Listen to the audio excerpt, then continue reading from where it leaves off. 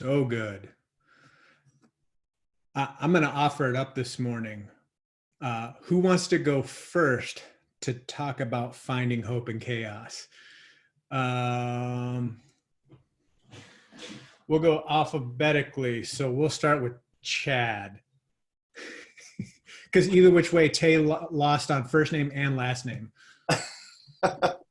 Man, I don't know about you guys, but that just I'm good. I'm ready to take on anything today.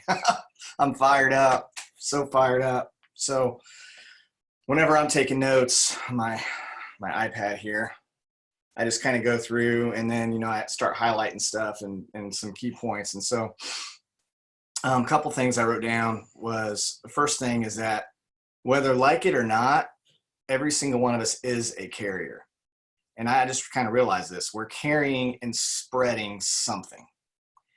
And I think a lot of people just kind of don't know what they're carrying and spreading. They just, and a lot of the time, they just caught it, right? And they don't even know they got it, and they're spreading it, and they don't even know, kind of like the fire. It's funny how this is kind of all coming together. So we catch whatever, and we spread it. But I think at some point, we have to diagnose ourselves and say, what do I have? And what am I spreading? And what am I carrying and what do I want to carry? There's two very different things, right? We have to be intentional about what we're carrying. And is what we're carrying worth catching? That's the next question that's huge. I love when he started talking about, he hit it a lot of times in the scripture, 1 Thessalonians 1:3, where he talks about faithful work, loving deeds, and enduring hope, right? Those have to be, guys, anything that to do with this industry and with building and leading a voluntary army, which is ultimately what we're doing here, we have to, at the core, we have to faithfully work. We have to be loving, do loving deeds, and I'm talking about the unconditional kind, the kind that there's no expectation in return, which is flipping what the world would say, right? The world says, I want to go out and gather stuff for me and for mine and for my family and get the toilet paper and get the resources and keep all the bottled water and go clean out the shelves and hoard. That's what our flesh, that's selfishly what we want. But the kingdom of God it's all about the inverse. It's all about standing in the back of the line when everyone's eating and hopefully there's some food left, right? It's servant leadership. It's pushing people up and serving people. So, and then the enduring hope, it's like the negativity, people who are carrying negativity would like to spread that to not get your hopes up. You probably heard that. I know when I was growing up, I heard people say, well, don't get your hopes up. And you're like, okay, I don't want to be, why do we want to not get our hopes up? Because then we could be let down, right? Why do some people not want to start their business? Because they could be let down. They could fail. They could not work out in their head, and they're nervous before they even start, because they've been conditioned that way to not get their hopes up. When the word and what we have to spread and be carriers of is always keep your hopes up. Never lose hope. As long as you have hope, you don't need anything else. I mean, even the person who's living under the bridge, if they have hope that things can get better. See, Joel and Stephanie, when they're in the food lines at their lowest of low, when they've been stripped from everything that they've earned and they'd obtained, they had hope. They knew that they were there, and that all that there was a moment in time. See, somebody listening right now, you're stuck in a moment in time. Your car has ran off and it's gone into the ditch. You're in the ditch right now. But guess what? There's a tow truck. There's AAA. There's tomorrow. There's a better day ahead. There's the next day and the next day, and there's getting out of the ditch, and there's exploding out of the mud, right? Just like Joel and Stephanie. That's why, Joel, you and Stephanie are such the perfect representation of this company, because it's just, you can't deny that everyone hope. You just can't deny it. When you and Stephanie, you can't deny hope. So let me keep going here, because I don't want to take up like the next hour, because I totally could right now. Matter of fact, I'm going to go live on Facebook probably in the next hour after this and just let her rip. Hey, Elijah says hi. Hi. So good news is contagious, right? Good news. And when I think about this, I think about the parallel, because for most people in America, the 9-to-5 job, we don't talk about it because it's not contagious. No one wants to talk about that. And it's like in our culture, we have to separate work with ministry, with having fun, with our hobby.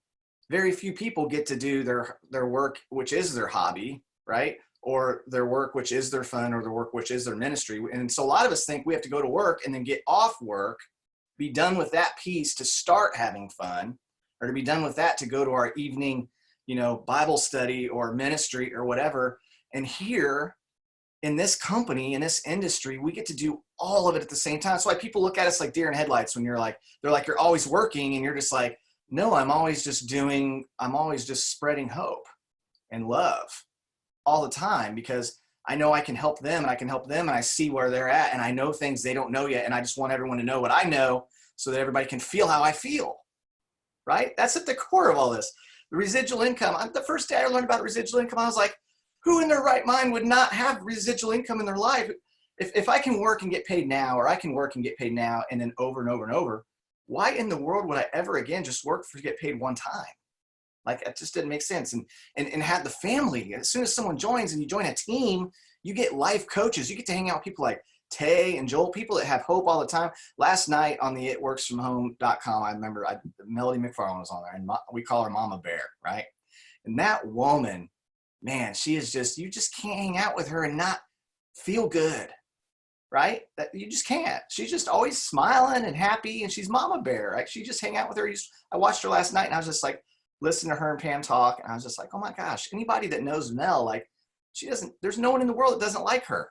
Everybody likes her because she's likable and she's loving, and it's unconditional, and it's no strings attached, because she's representing Jesus. So the challenge, constantly being challenged, right? I think a big thing that separates achievers from non-achievers is just this innate desire. It's something that's driving people. And sometimes it's not healthy. Sometimes it could be, from a place like, I never want to be there again. So more out of a desire can be based in fear. It can be based in different things. But the point is to have the desire and to want to constantly be moving and growing and changing and adapting. And there's some people just have it, and some people don't. But when you get in a company like this and you hang around people, you start to change, right?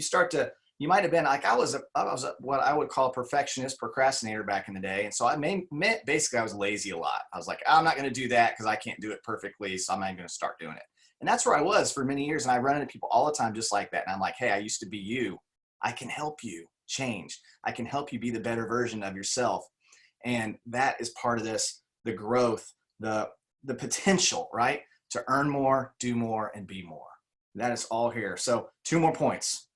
I'm going to try to make this quick. You got me fired up, Joel. The Chosen, guys, you got to go watch The Chosen. Okay. Especially this time of year, this season, that series has a special message. And I was thinking, oh, this is going to be cheesy. It's not even really like a movie. It's been out. There's the Chosen app. You can watch it on YouTube, or if you have this app called VidAngel, you can watch it there. It's only 8 episodes. I was watching it up late last night with my son last night, and we were just both like hanging out, connecting, and just crying. And it's just, you read the Bible, and I think a lot of times we kind of form this opinion of Jesus where he's just like this guy who came and had a lot of great, amazing things to say. And we don't think about the humanity of it all. We don't think about him hugging, crying and hugging with his guys and dancing with them and cracking jokes and smiling. We don't really think of him that way. And so this show, this series, man, it does such a great, it's a great example. It just shows he was fun and he was cool. And he was obviously the very best recruiter too. So if you want to learn some recruiting tips, he had a little bit of an advantage, right? He just look at someone and they look in the eye. Like in this series, Matthew, Matthew's just kind of like this slightly autistic kind of guy, and he's just really intelligent. And Jesus would just, his favorite 2 words was follow me. They're like, okay, where are we going? Doesn't even matter. I'm following you. And we can't become Jesus, but we can become more like Jesus, where people want to follow us. You just look at them and you're like, let's go. And they're like, okay. Like, it's crazy. It's crazy. And my last point is, just the faith spreader, love giver, hope dealer. I think if we did this, if we just woke up every morning and we said, Lord, today, I want to be a faith spreader. I want to be a love giver, and I want to be a hope dealer. And at the end of the day, I want to know that I spread some faith, and then I gave some love, and I dealt out some hope. If we just did that every day, at the end of the day, we looked in the mirror and we felt good because we knew we did those 3 things. Life will never be the same. So I love this one. Again, I got to say it's probably one of my top 3 favorites this whole last year, Joel. And I skipped like half my notes to leave some for you and Tay. Well, we absolutely appreciate that. So I'll send it over to Tay, and Tay will take up the other half, and then I'll just make stuff up at the end. It's so good. Yeah, Chad was on a roll. I mean, I don't really have much left to share from that. But just watching that, man, just made me think about a quote that John Maxwell shared. And he said, adversity doesn't make a man, it reveals who he really is. And just watching Craig Grochel, man, he is a leader. And he's not just a leader for the church. He is a leader for leader. He's a leader for people. And he has just been showing up in this time. I just think about just watching his one video that he did a couple weeks back. And he talked about, you know, when he came in contact with the virus and just being vulnerable enough to share, like when he had to like self-quarantine and how he dealt with it, and just really sharing his feelings and just reminding us that, you know, he's human. He suffered from anxiety. He suffered from these things. And out of that, he's just been, man, just really just meeting people where they are, just having different videos on different topics about just addressing the things that people are dealing with in their reality. So the first thing that I love what he said was just embrace this moment.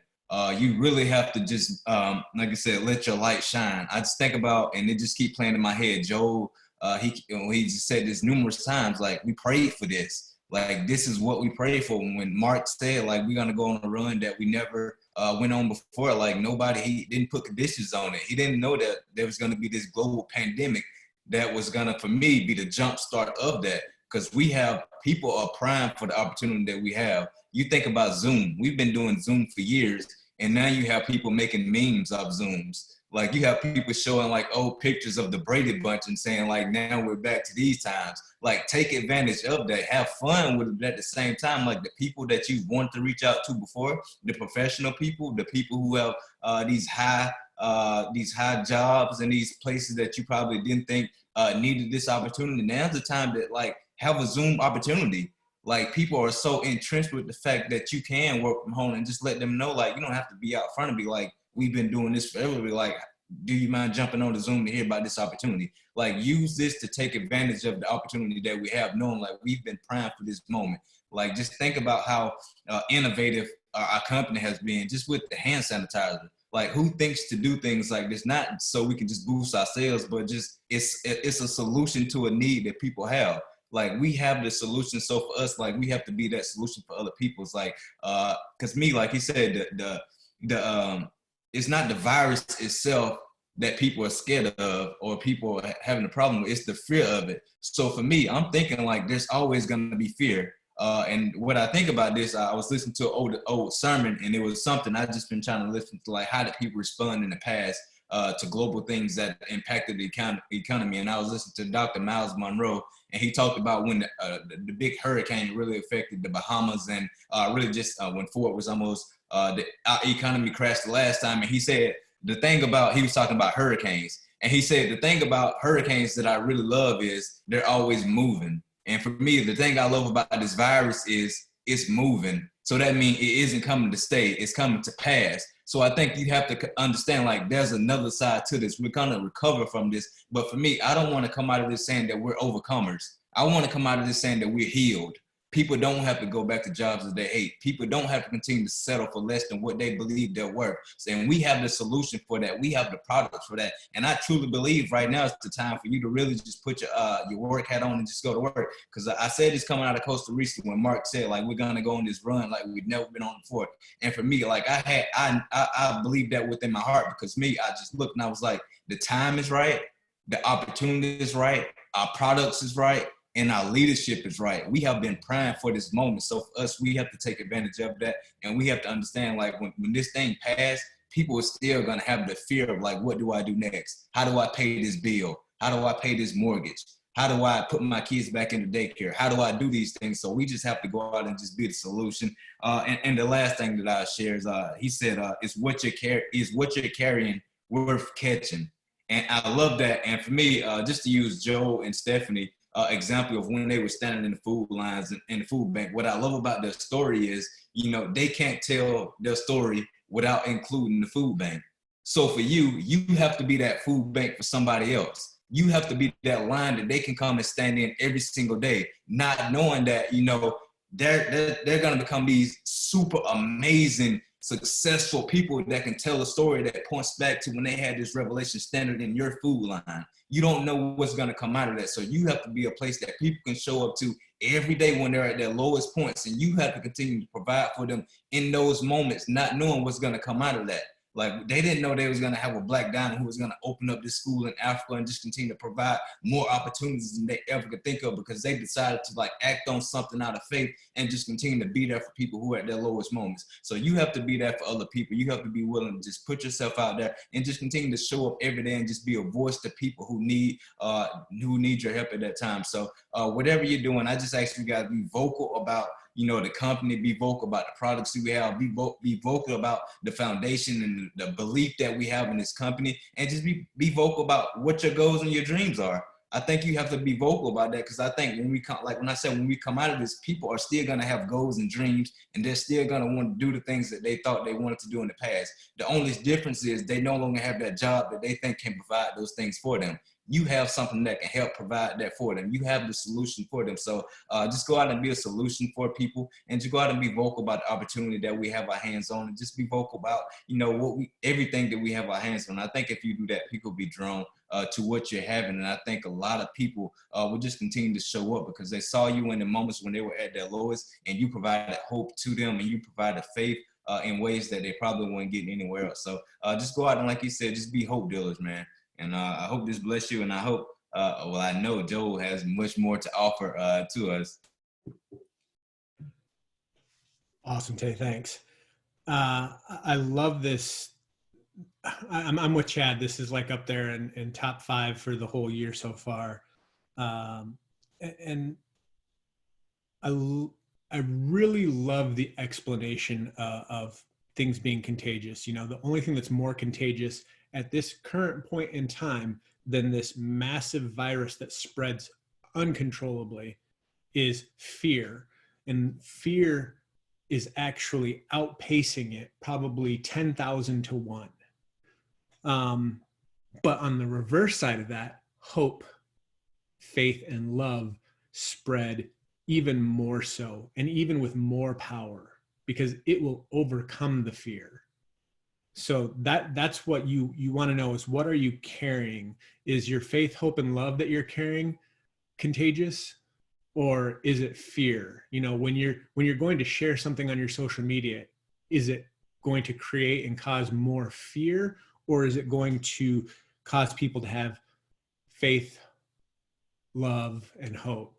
A perfect example of this, and specifically, so for those of you that are, listening to the replay, watching the replay months, even years down the roads, once we post this, is this specific day. Yesterday, what happened was the stock market went up 7%, and everyone was like, well, what caused that to happen? Well, it was because there was hope given, because yesterday was the first day where they were able to report that deaths, new cases went down in China, other countries like Italy, Spain, France, and even in the US epicenter, which is New York, they had less. So think about that in terms of what we just listened to. Those announcements caused so much hope and so much confidence that it was able to change the graph. Is that what you're carrying? I love what he said, that, Jesus came for the sick and the sinners. So how do you cure the spiritual sickness? You look towards Jesus. But you've been saved so that you can bring that hope. He was like, you have hope for an eternal reward at the end game. You're going to be saved for eternity. But that's not what you were saved for. You were saved so that you can bring hope to the world while you are in it. Is your business contagious? Are you bringing hope to people with your business opportunity right now? Are you standing on the mountaintop yelling about your business? Because It Works brings hope. I've said that in our story many times, that God put It Works in our life to give us the hope that we could get out of the position that we were in. You know, hope is optimism with action. And, you know, while we were standing in food lines, while we were going through bankruptcy during the last economic downturn, we still had faith and hope. We just didn't have the activity to give us the action piece yet. And that's when God brought It Works into our life. Are you going to allow God to use you to bring It Works into somebody else's life? Man, if God would have brought this into our life before the food lines and bankruptcy, we may have had the additional income to not have to do that. You are that catalyst for somebody right now. You are bringing them an opportunity to have the funds that could keep them from having to stand in a food line, having to file for the bankruptcy. Bring that hope to somebody today. Today. Do not wait another day. You know, I love the 3 steps of, you know, having faithful work, fully and being full of loving deeds, and then, you know, always having that enduring hope. And for us in the business world, you've heard myself say it, you've heard Tay say it, you've heard Chad say it, being an eternal optimist. You know, become a digital evangelist of It Works. Use your platform to share good, not just about your business, but about what God's doing in your life. That allows you to shine not only the light and opportunity of your business, but why you have that hope. You know, don't just offer the hope. Tell them why you have the hope. You have the hope because of who is in you and who is Lord over you, who's already conquered sin and death and disease. Whew. Man, this is fire. Wanting things to go back to normal. That's the weak way out, because everybody wants things to go back to putting their dreams on the shelf and doing their 9-to-5 grind and going back home and cracking beers and sitting on the couch and watching whatever it is that they watch. That's not for you. You are neither safe, selfish, or comfortable. You do not want things to go back to normal. You want things to get better and to go back to non-pandemic, but you don't want life to go back to normal. You want to have a new, contagious, faith, hope-driven life that you can go and share with other people, guys. This has been such an amazing time. I love what Chad said about, you know, people saying, well, don't get your hopes up. Don't get your hopes up, guys. Absolutely have your hopes up. Share your hope. Share this opportunity. Go out and change somebody's life today. Don't wait another day to share this. That person that joins your team today needs it more than you could actually ever imagine. Stephanie says it all the time. If somebody would have just told us about this opportunity sooner, it would have changed everything for us. Go out and bring that change to somebody else. Guys, we love it. Go out, be a faith spreader, love giver, and hope dealer. And we'll see you guys back here again next time. Have an awesome day.